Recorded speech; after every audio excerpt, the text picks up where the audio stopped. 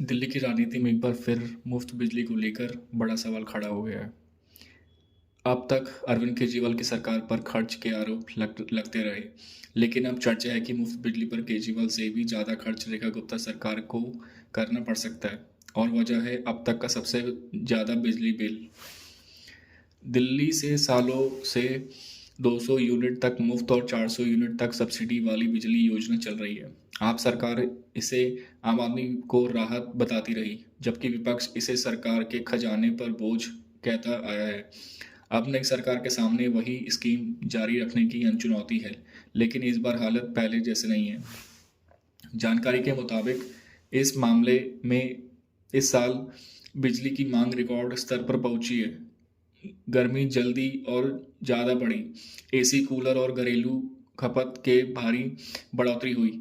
इसका सीधा असर पड़ा है सरकारी सब्सिडी बिल पर, यानी कितनी ज़्यादा खपत उतना ज़्यादा खर्च सरकार को। सूत्रों का कहना है कि रेखा गुप्ता सरकार को मुफ्त बिजली योजना के लिए अब तक का सबसे बड़ा बिल चुकाना पड़ सकता है, जो केजरीवाल सरकार के किसी भी साल से ज़्यादा हो सकता है। यहाँ से राजनीति गर्म हो गई है। आप कह रही है, जब केजरीवाल मुफ्त बिजली दे सकते थे तो नई सरकार क्यों नहीं? वहीं सरकार के समर्थकों का कहना है कि खर्च का बोझ बढ़ रहा है, इसलिए नीति की समीक्षा जरूरी है। यानी सवाल सिर्फ मुफ्त बिजली नहीं, बल्कि सरकार का आर्थिक क्षमता और प्राथमिकता का भी है।